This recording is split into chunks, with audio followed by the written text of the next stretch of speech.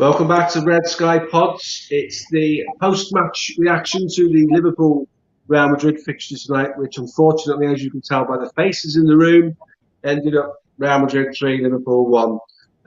Rather than do a round robin of questions, I'm just going to do this as a sort of an open forum to discuss your points. I'll host it, but I think there's enough meat on the bone to throw it open there and start with anyone who wants to start with the post-mortem on tonight's performance. So, yeah, go on then, I'll start, because you all rushed to do it there, didn't you? I put a point on Twitter there tonight. Everybody's been saying, we've been flat out for 3 years, we've done this for 3 years, we've done that for 3 years, we've done this, and you can't do it. Well, Real Madrid have. They've got players who played 500 games, 35 years old, fresh as daisies on there tonight. So I've challenged that now. I haven't watched that game, and I've gone out there and I've said it's just a mentality thing. So there you go. Point number one, discuss. Yeah. Excuses have dried up, haven't they, tonight? I think a few players have been called out. You look at Naby Keita, dragged off after 41 minutes. Does he play again for Liverpool this season? Where'd you come back from there? Just dragged off in disgrace. Trent Alexander-Arnold tonight. Me and Jay have just done a player rating on Instagram. What do we give him, a 2? Yeah. Before we go any further, I've just watched while I was waiting for you guys where you're off on Instagram, moonlighted and all that stuff, right? I've just watched Rio Ferdinand, right, analyse the goals. He's got to have a go at that ball that he heads into the path of Asensio, right? The first goal, his centre-halves are advanced of him. They should be behind him. So it's very easy to pick out Trent Alexander, and he did make mistakes. Let's be honest, he did make mistakes. But what we got found out tonight for me was Nat Phillips got ruthlessly exposed tonight by the fact he's playing against the level of footballer he didn't play against every week in terms of Benzema's movement. Kabak, for the first 15 minutes, I thought competed really well and then fell off the cliff. And as you quite rightly said, Adam, mate, I'm sorry for cutting on you there. No, you're right. Where on earth does Naby Keita go from here? I think he goes out the door, mate. I don't see a way back. I don't see a way back from. Yeah, I don't see a way back. I think it's been over for some time. I mean, my suspicions are that we've been making excuses for him in regards to injuries. Giving him time to try and bed in. We knew early doors he had a few issues with settling in, but he's been with the club 3 years now. I mean, before the game, Dave Kong was sort of confident with his inclusion, with what that meant for the team. I was sceptical with removing Thiago from the fray, and you saw as soon as Thiago came on, there was that injection of pace. The ball movement was quicker. The front three were making runs that they weren't making before. You didn't see the likes of Mane coming so deep to try and influence the play because Naby just wasn't doing it. And we're all the same. We don't like digging out our own players because that's not what this is about. But there comes a time when you have to stand up and be counted. I mean, Steve, you mentioned the mentality thing. Those players have lifted our first Premier League, 30 years since the title. Prior to that, back-to-back Champions League finals, Club World Cup, European Super Cup, arguably ran Manchester City extremely close in the Premier League title the year before that. Dare I say it, has this current crop done everything that they can do for Liverpool Football Club? I don't personally want to believe it because I really, really think that there's a lot more to give in that group. Myself and SS were talking about could it be the end of Mane? Could we really see in the end of Sadio Mane, probably one of our most important players over the last 3-4 years? It kind of kicked the kind of Klopp era kick-started with the signing of Sadio Mane. Yeah. Is he the one that's going to be out the door? There's all this talk about Salah, but is he the one that's going to be out the door? So for the benefit of tonight, I'm going to play devil's advocate, right? So anyone who watches this, don't send me a load of abuse because I'm doing this for the purpose of the conversation. I'm going to ask a few questions. Yeah, I can see you've unfollowed me already. Thanks, mate. I can ask a few searching questions, and they're not my beliefs, but they are things that we need to discuss. So, Sadio Mane, I've made an argument to say he suffered because the left-hand side of the team is broken down.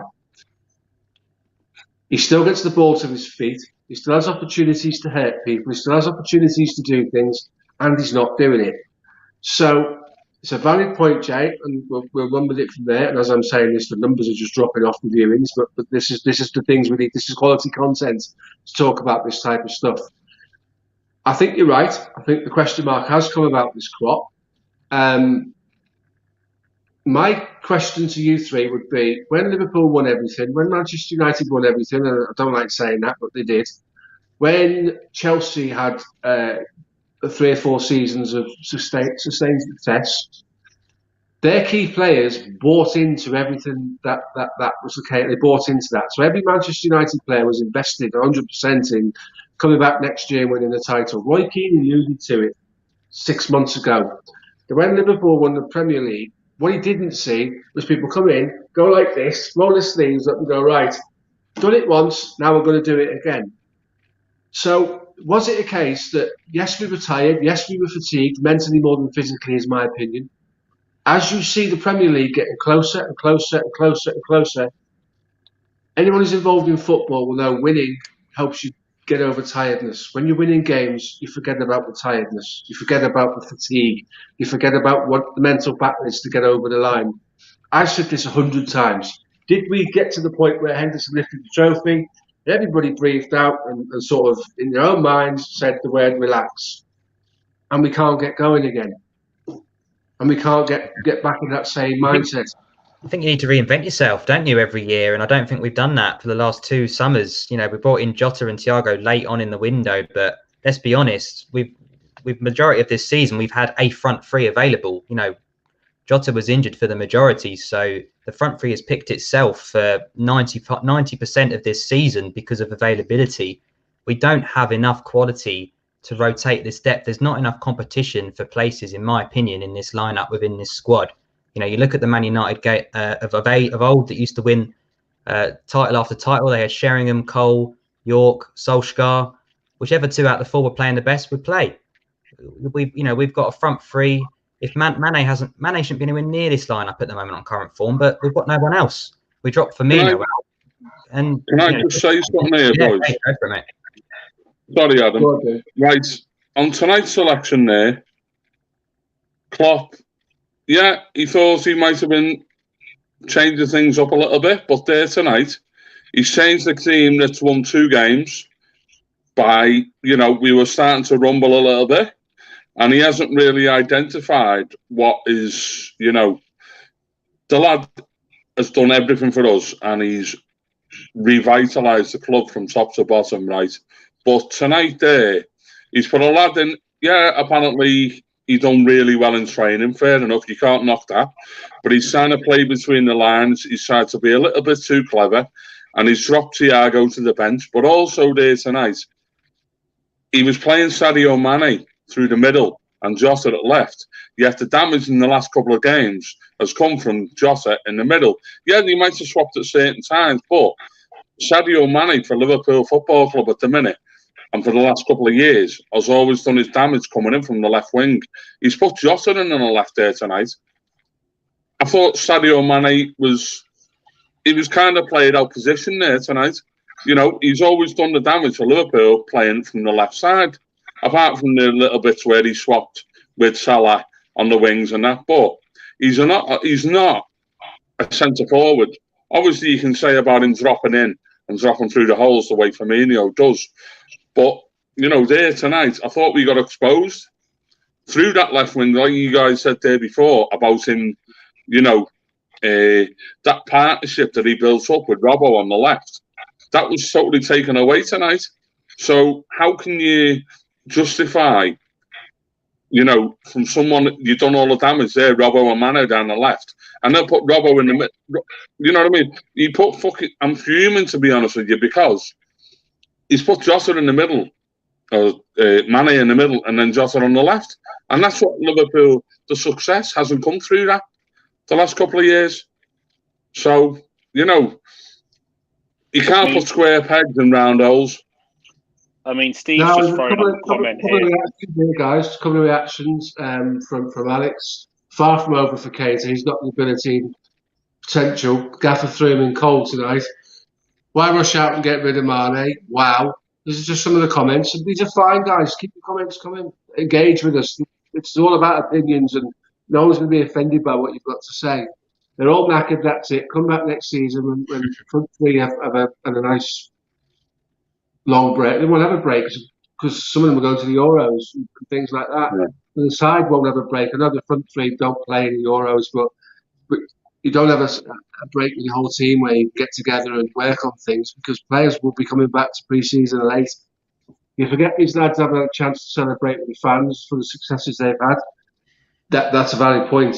It is important that we do that, and I don't think you can rest too much on the fact we haven't had any fans in the ground. I'd love to have a proper striker, poacher type, another option. Dave, someone doesn't like your comments about Mane saying he played from the left. I agree with that. No, he didn't. Tonight, there, he was always through the middle. He might have dropped on occasionally to the left. Alex pointed out what I've already said, that the front three won't be playing at the Euros. African Cup next season, though, isn't it? The fact of the matter is, there's things to work on that you need to do collectively as a squad. This is what pre-season allows you to do, and clearly we're not going to be able to do that. Yeah. Alex made a comment there about two comments which stood out to me there about why the rush to get rid of Mane. I'm not saying get rid of him. That's not what I'm saying at all. He's a fabulous player. On his day, he is one of the best wingers in world football. But we cannot sit here and defend the indefensible in terms of his performances this season. They've been lackluster, far from the tempo we've been used to. I know there's the potential. Is there a bit of fatigue there? We've been consistent for 3-4 years. But like you said, Steve, these Real Madrid boys, Modric and Kroos, 34, 35 respectively, 500 games under their belt for club, worlds of experience for country. They ran rings around us tonight. They ran absolute rings around us. Yeah, they did. It looked like, honestly, it looked a man amongst boys. Honestly, for about 70 minutes, because don't get me wrong, we had about a 20-minute spell where we looked threatening. Yeah, and I was beating my chest. I was all over the place in the front room. But for 70 minutes, it was men against boys. It really, really was. It totally agree. And Alex says here that he agrees, mate, you can't defend him. He also says, but he's world class. You won't find anyone better. I don't disagree. I don't disagree that he's world class, but every one of us, to a man, is ripping Gareth Southgate to shreds because he's not picking players on current form. He's picking players on reputation, and the best example of that would be Kieran Trippier, who probably doesn't warrant an England shirt, but he's getting one. So you can't play Mane because 18 months ago he was having a worldie. Unfortunately, you've got to play players that get the results here and now. And unfortunately, for whatever reason, I've long thought Mane's trying too hard. Now, those of you that have played football or understand that phrase know that when you're trying too hard, you're not relaxed. And you're trying to force things. The last thing those guys are told when they go out into the pitch by their manager is to relax. That's the last thing you say to anybody in any sport at any level. Relax. The reason why that is because then your natural ability is allowed to come forward and come through. If you're tense, you're forcing it, you're trying too hard, which I think Mane is. He's stiff. The ball comes to him stiff. Balls are bouncing off him that didn't bounce off him before. Those guys up front, the Salah goal against West Ham is all about touch. Right now, if you put that ball in front of Mane, he's not bringing that ball down and he's not scoring.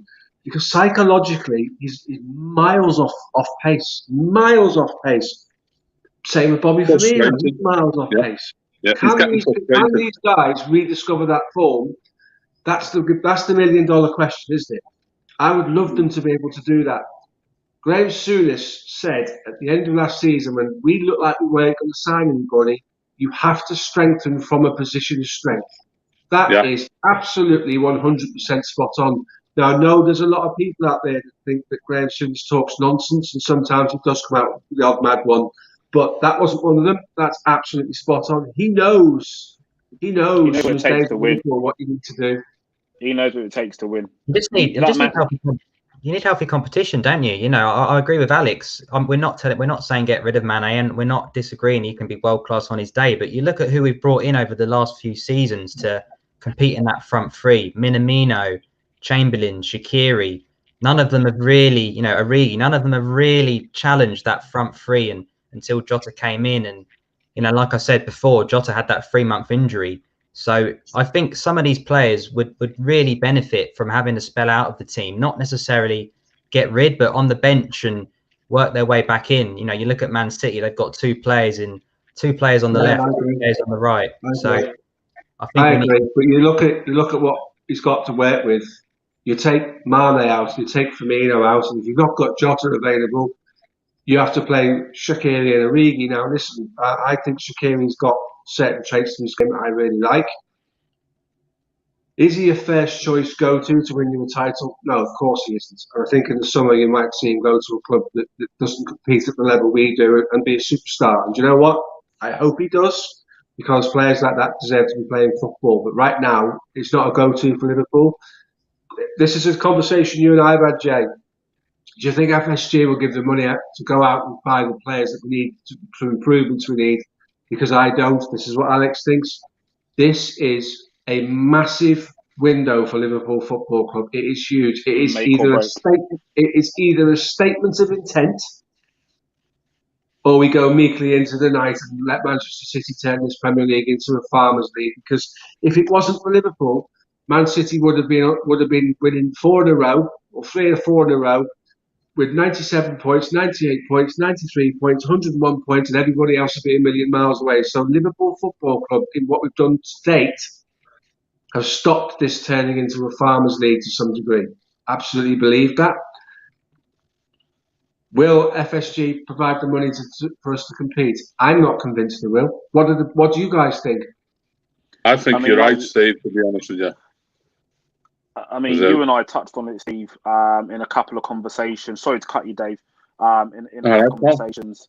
And look, 100 million. That's the figure that you and I sort of banded around, wasn't it, Steve? 100 million, 120 million of investment needed.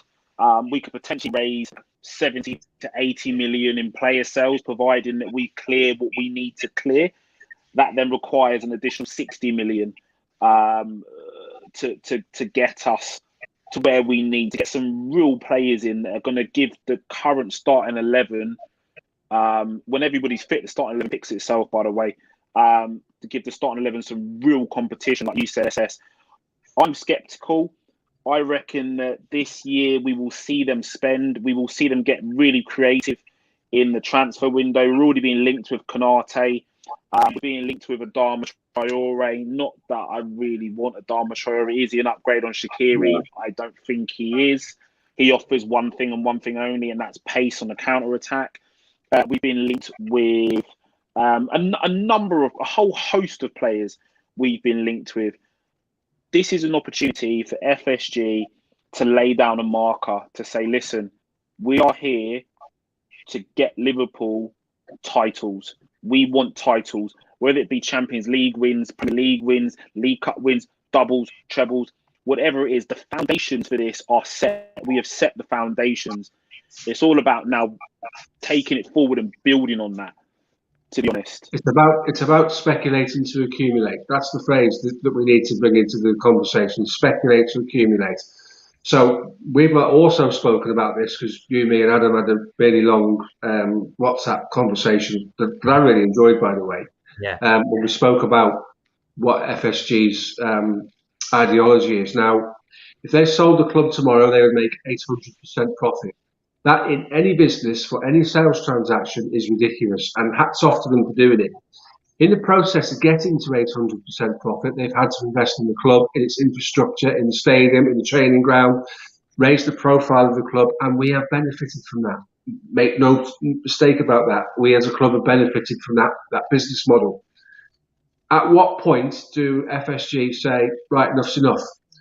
You can't treat Liverpool Football Club the same way you can treat the Boston Red Sox. Why? Because baseball is a trader's table. Baseball is all about I'll trade you this player for that player and that player for that player, and I'll get rid of him, and we'll get someone in on the draft and all that stuff.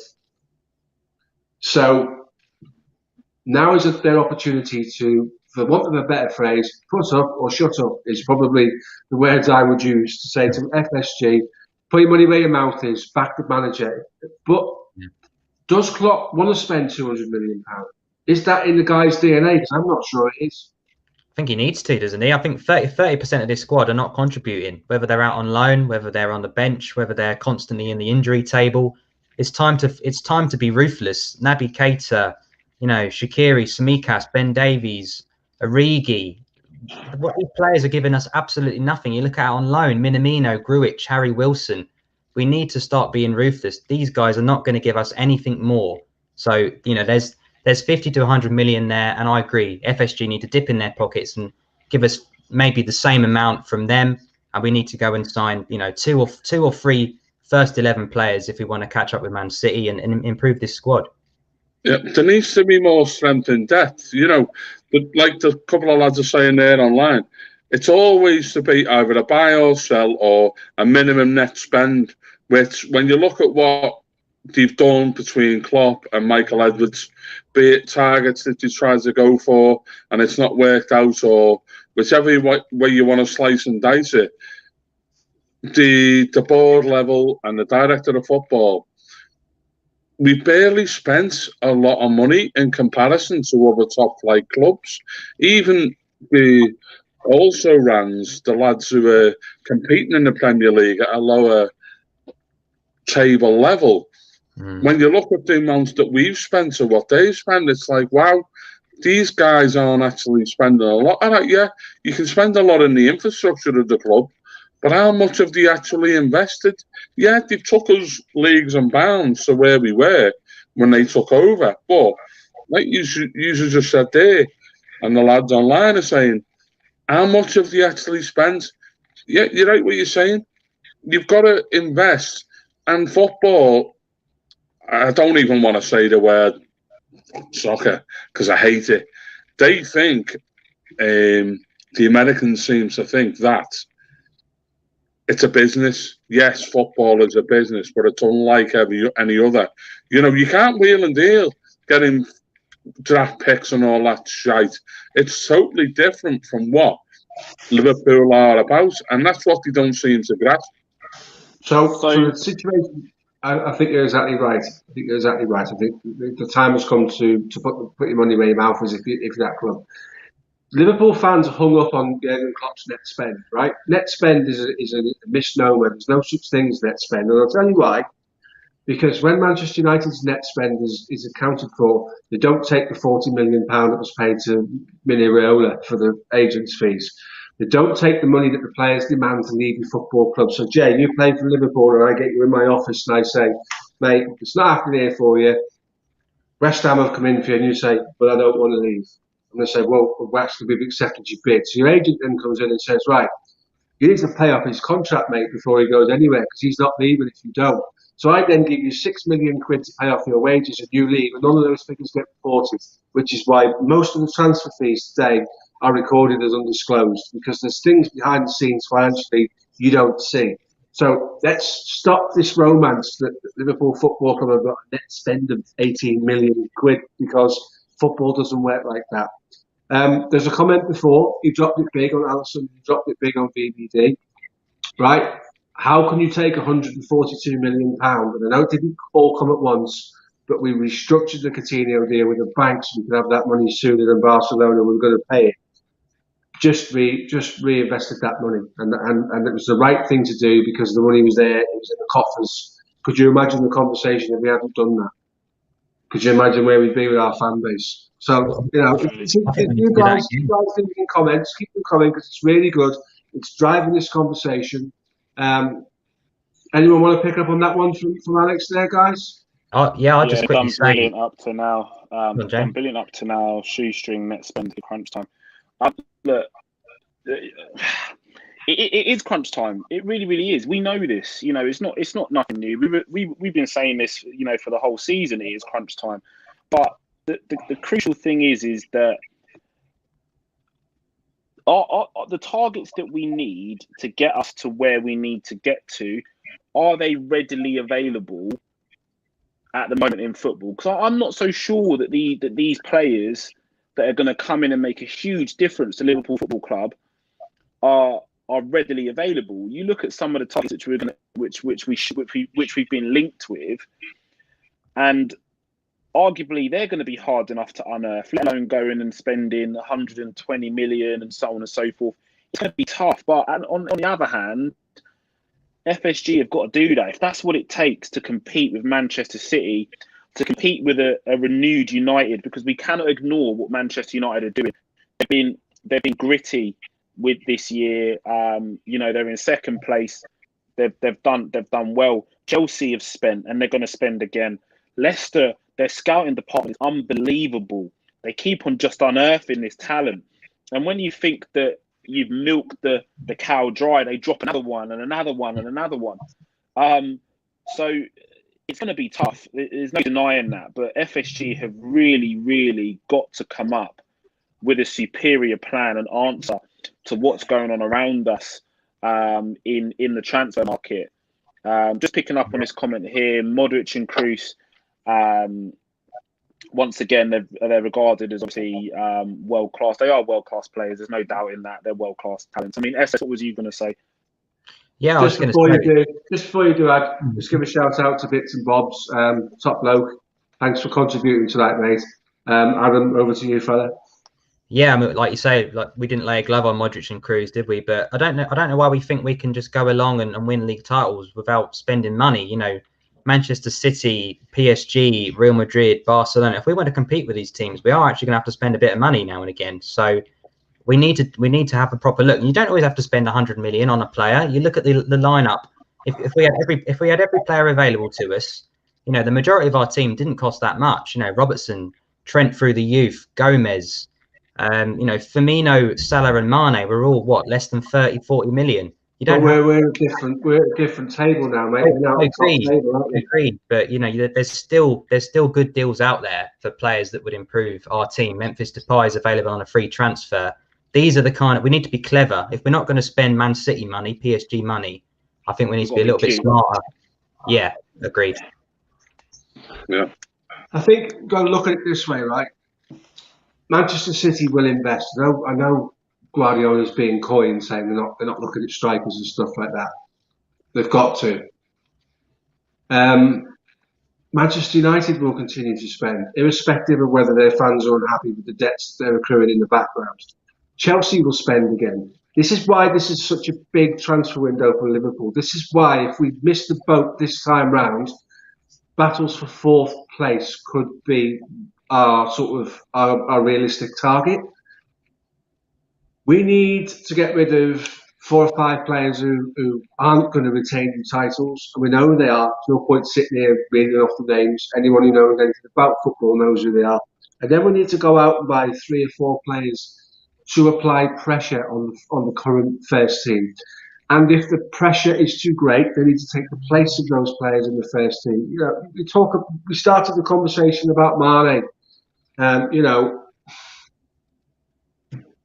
There needs to be a change. We're going to bring back the likes of Virgil van Dijk, Joe Gomez, which would be huge. And by the way, you can sign Canate if you like, but those 2 guys for me will be our first choice centre backs because they're tried and tested and we trust them and we can play with a high back line. But they won't lose pace because of the injuries they've had. What they might lose is a little bit of psychological strength in terms of, do they actually trust their bodies anymore? That's the thing with those types of injuries. Yeah, I make that run? We'll get those guys back in. We'll push up for the high line. We'll bring Henderson back in. He's had a bad injury. Henderson's injury was bad. I don't know if you remember the point when he went down, like an explosion went off in his leg. You could see the whole of his leg reverberate, whatever snapped or ruptured or whatever it was. It's a serious one. Will Henderson be the same player again? We're losing Wijnaldum. You can't go out and buy a Wijnaldum replacements now. I know he's Marmite to a lot of our fan base. And I always say the ball watchers don't like Gini Wijnaldum. Those people that understand football, how can you not? So we're going to lose that player. The work rate is insane. Exactly. We're going to lose that player. I'm not going to replace him like for like. Yeah. There's fans out there that think Thiago can drop in and do that job. We've spoken about this before. Thiago doesn't manage 25 games a season, so he can't fit in with Gini Wijnaldum's role. Physically, Gini Wijnaldum has no equal in the Liverpool squad. He's available every week. He's fit as a flea. He's making long runs into boxes in the 90th minute. And I'm sitting there tonight watching Liverpool fans rip him to shreds. So we've spoken about this before, and Steve says it, and I'm going to bring it up, get your guys' opinion.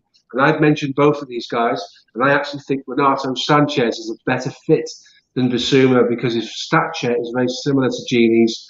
The low centre of gravity allows you to twist and turn and move away from people. So, thoughts on those two names, guys, please?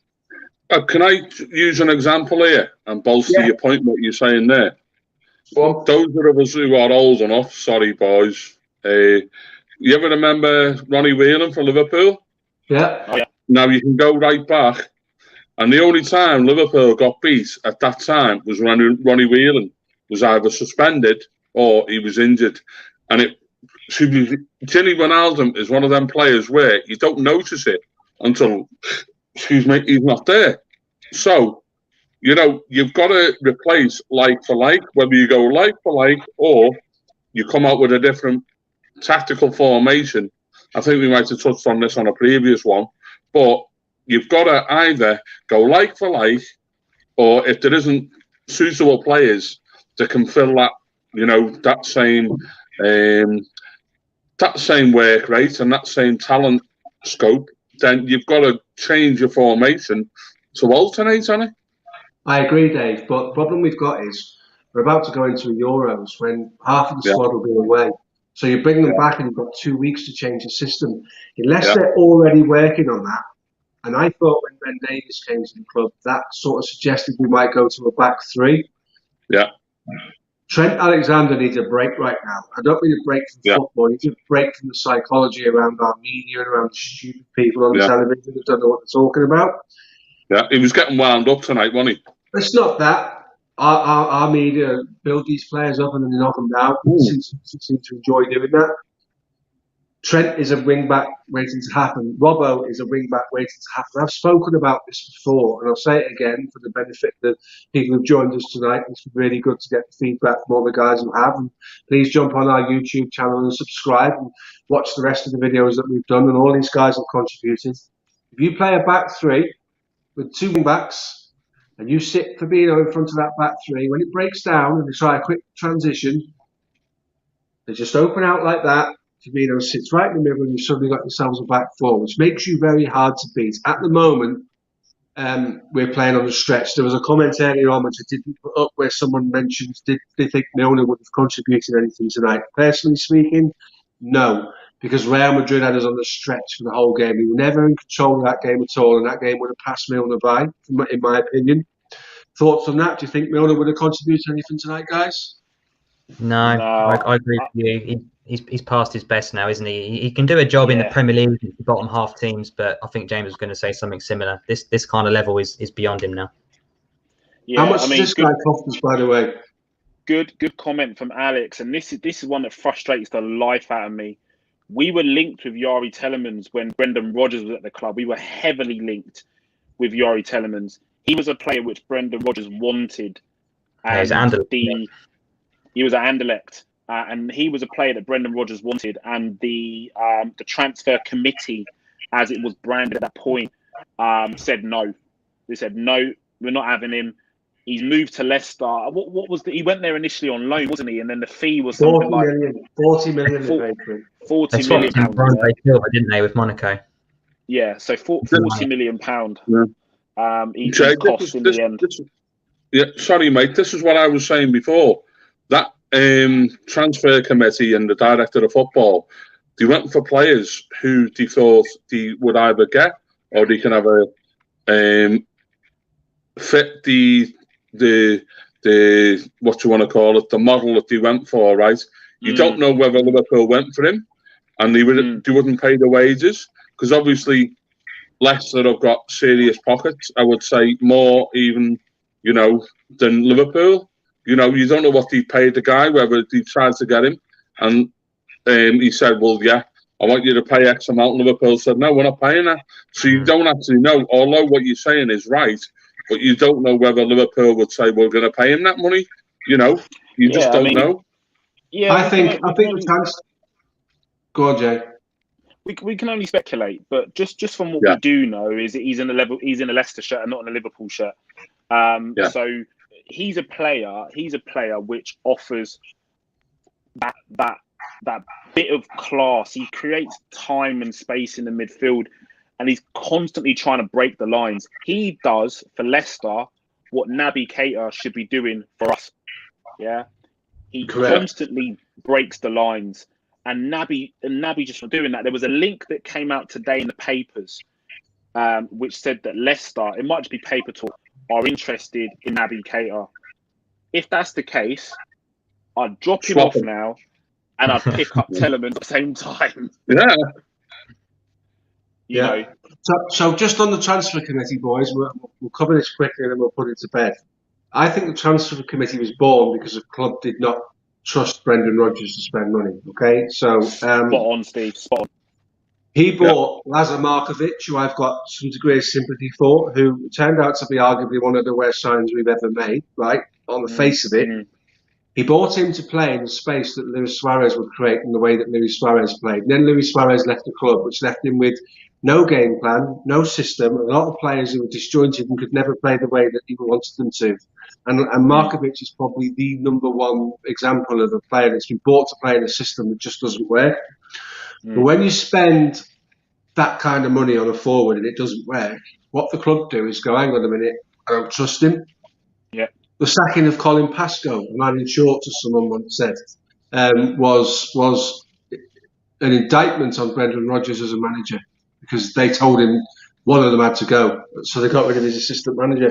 What's that all about? How does that work? So fundamentally, the transfer committee, Bobby Firmino was bought by the transfer committee, by the way, so it's not all that bad, was it? But the transfer committee was put in place to stop Brendan Rodgers having his sort of his way. Too much control. Yeah, so much control. Yeah, he did. Rodgers did throw Pascal under the bus, Steve. You're quite right, mate. But he was given the choice of losing somebody, and FSG put him in a position where he couldn't really say no. So back onto the European thing. This has been a really good diversion, guys. I've really enjoyed talking to you about it. I know I've spoken probably more than you guys, but I'm feeling particularly passionate tonight. So forgive me, but it needs to be said. Second leg. Can Liverpool win 2-0? Hell yeah.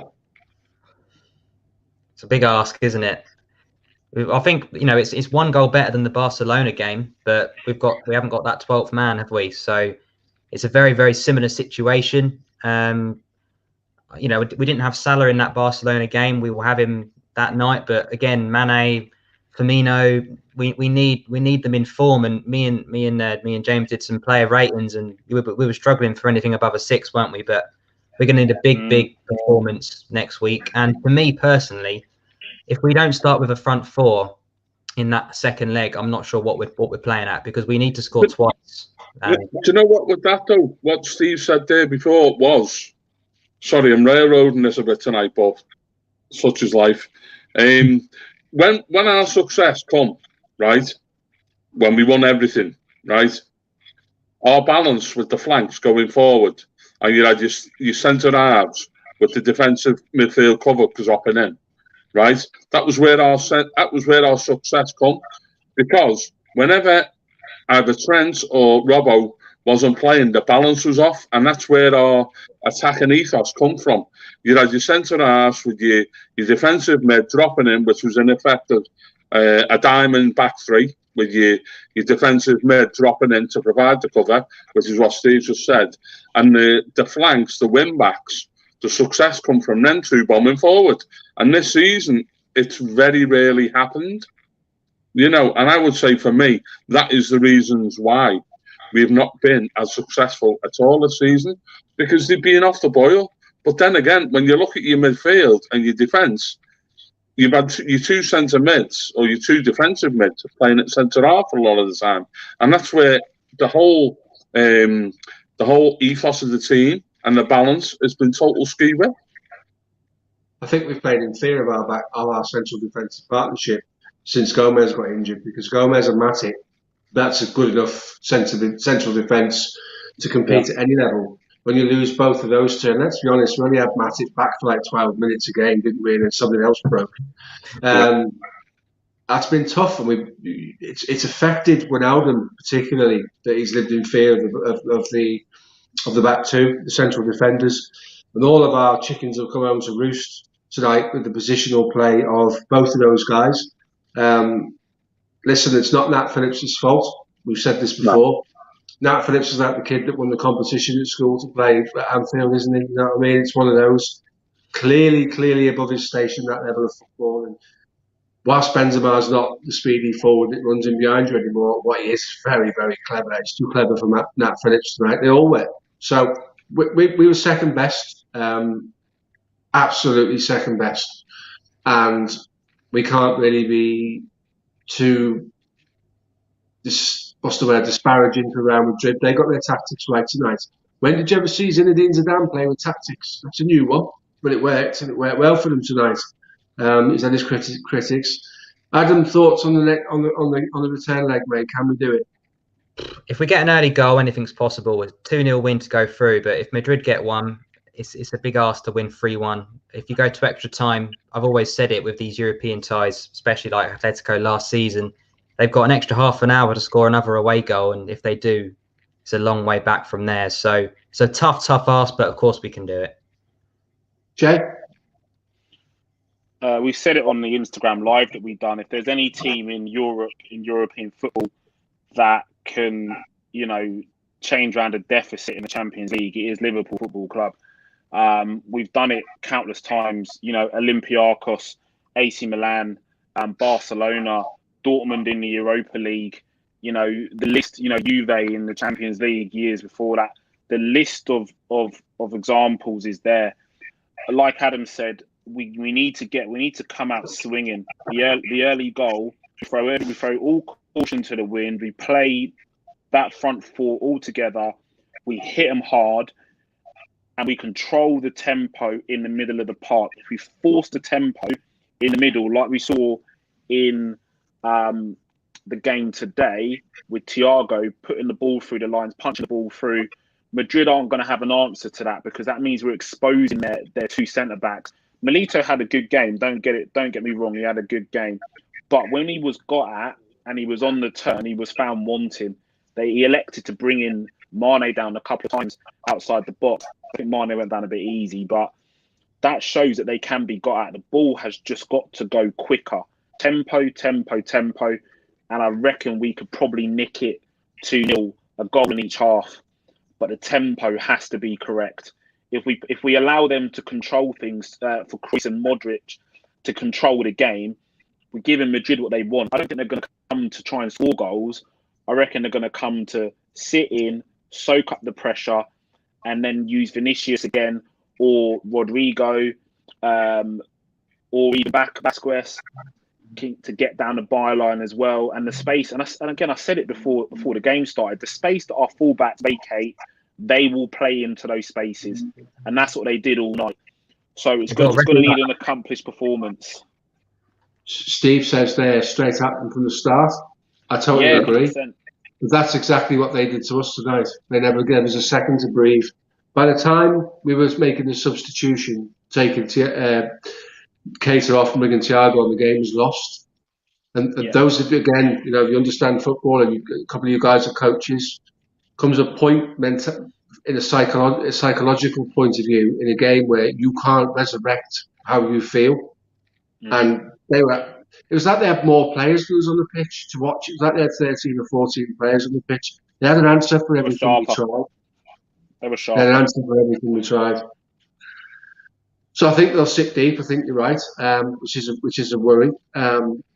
It's a big ask, when we beat Barcelona in the way that we did, and we'll all recall that one and use that as a sort of a gauge.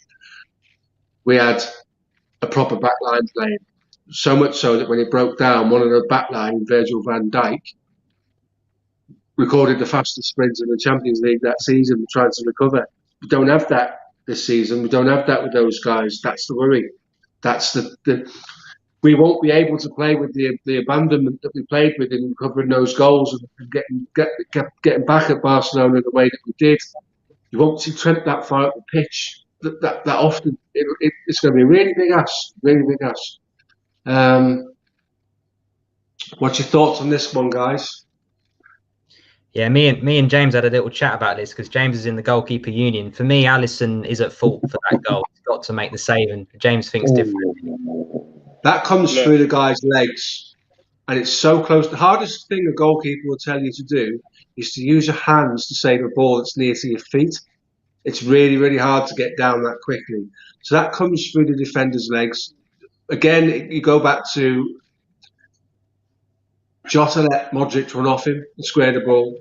There's your first problem. That's where this emanates from. Phillips turns his back on it with his legs open. It goes through his legs.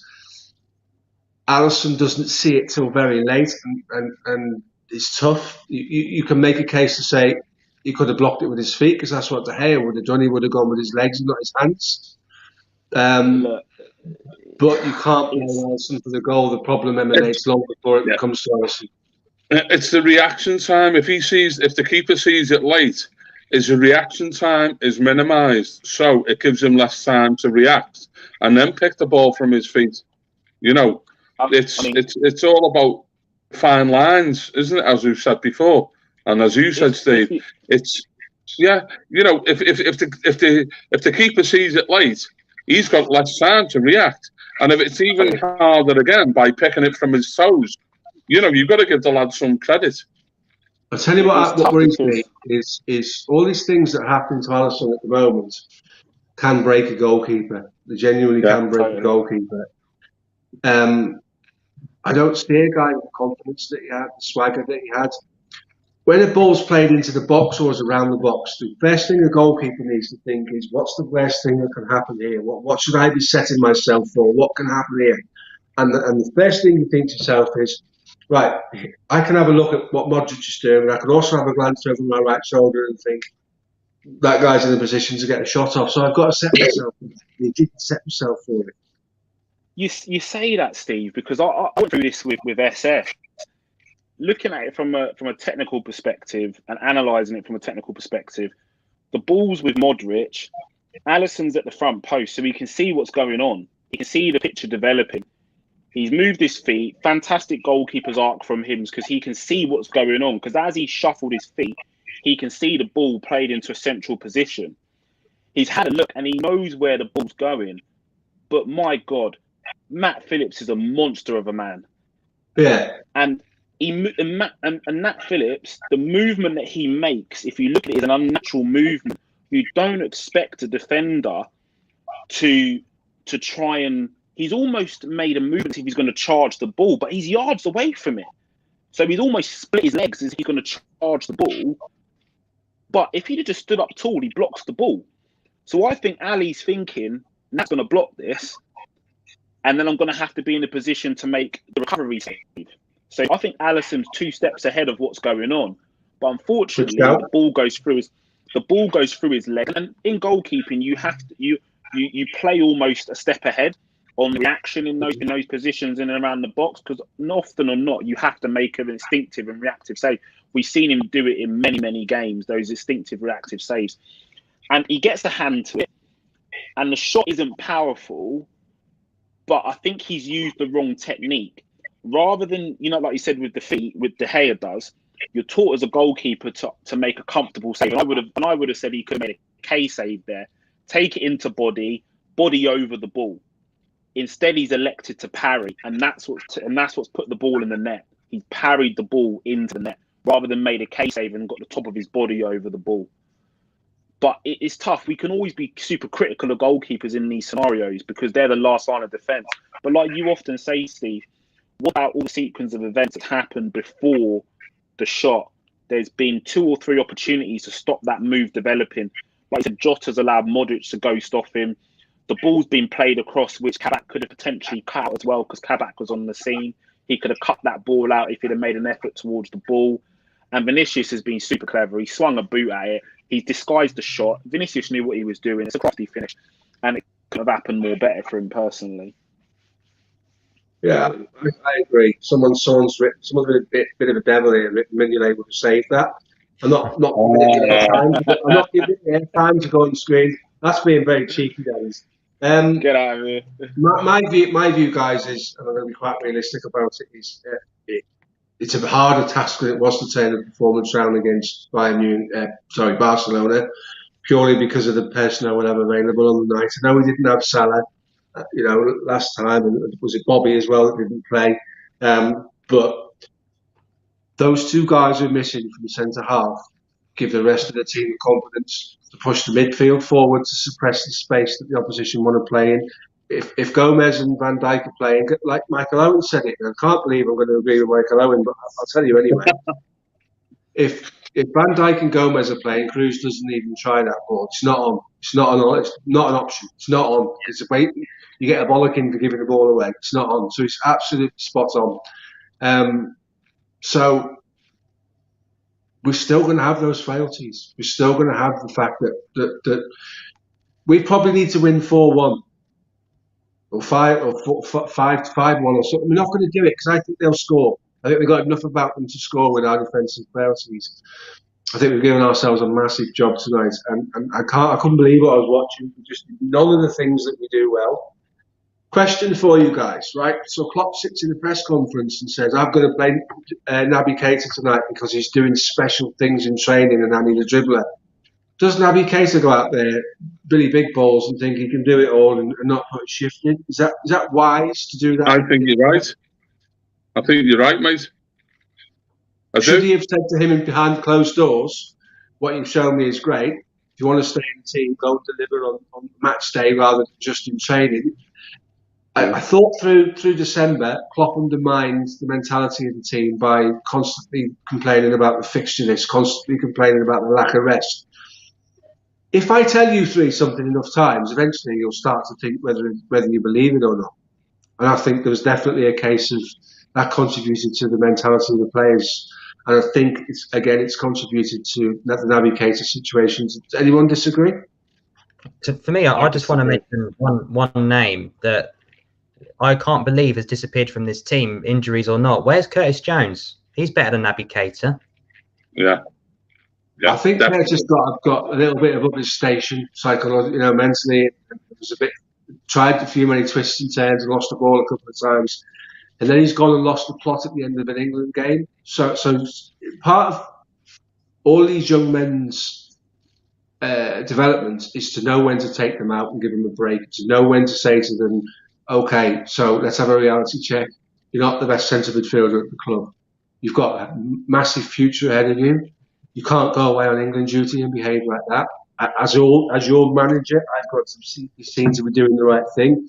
So to take him out for a little bit and have a think about what he's done and the way he's played and his conduct away on the international scene, I think Curtis Jones is being rested for the benefit of his future. What do you think, Jay?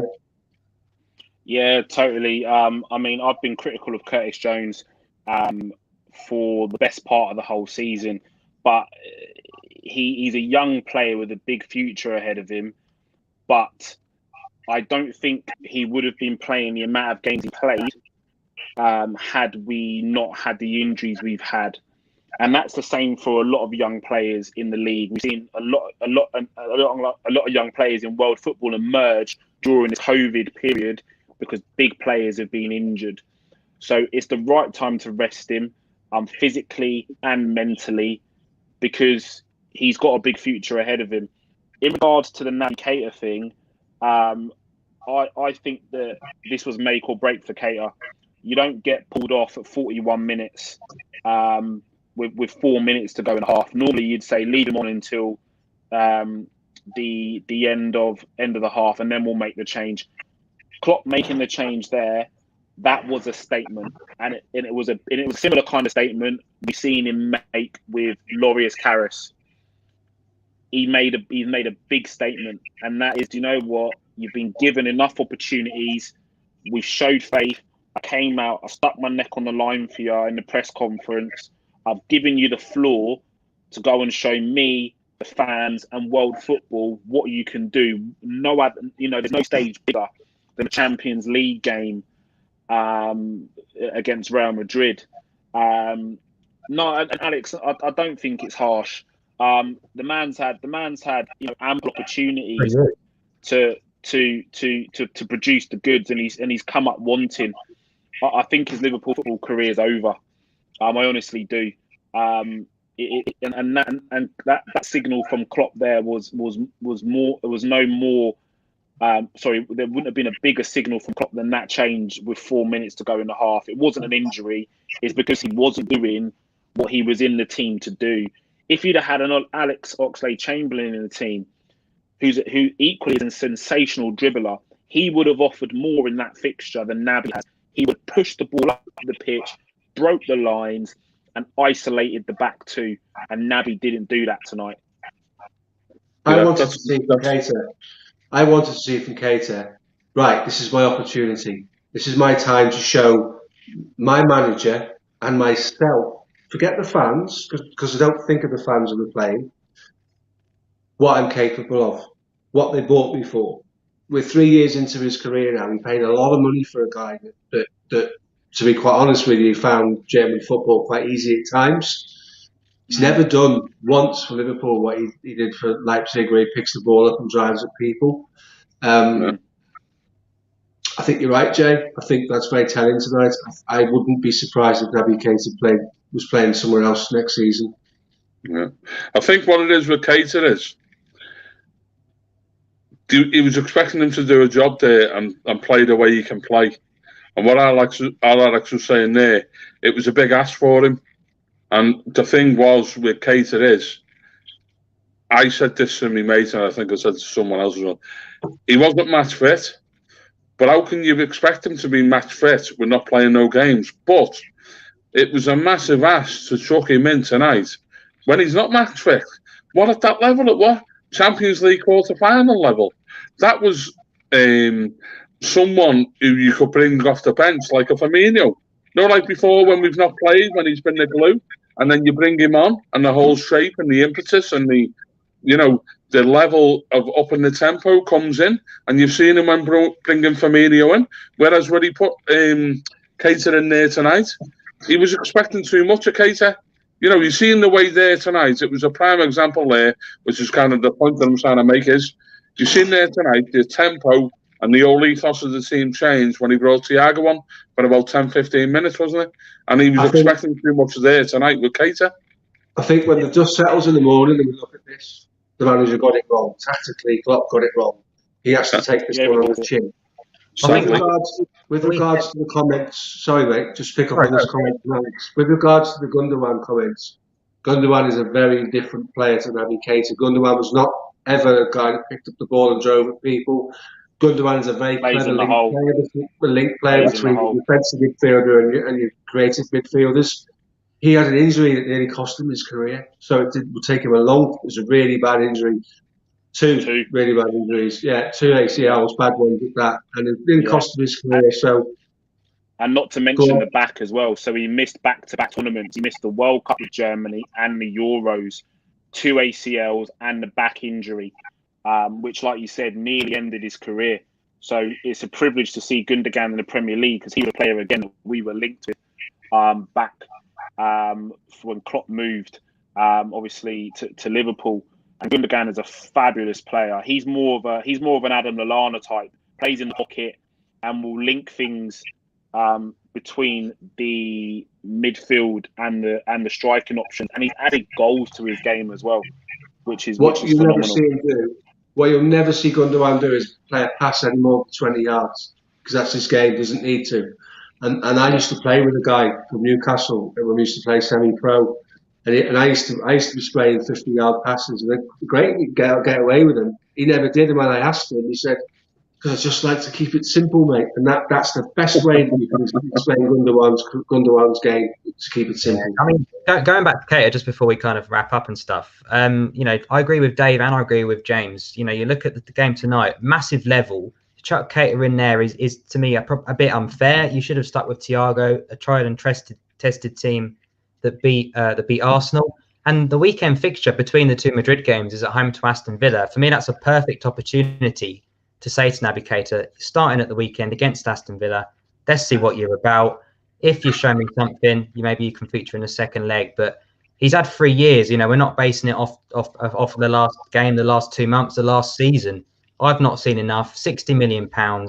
He should have started Saturday rather than tonight, but I'd already had enough before tonight of Keita, if I'm brutally honest. The problem is with Keita and this level of football now, you know, it's the business end of the season and they need instant results. As a manager, if you're going to put someone on, you know, he's laid himself on the line there now tonight and it's not worked out, which is evident, which is why he was so obviously displeased with Keita. He brought him off before half time.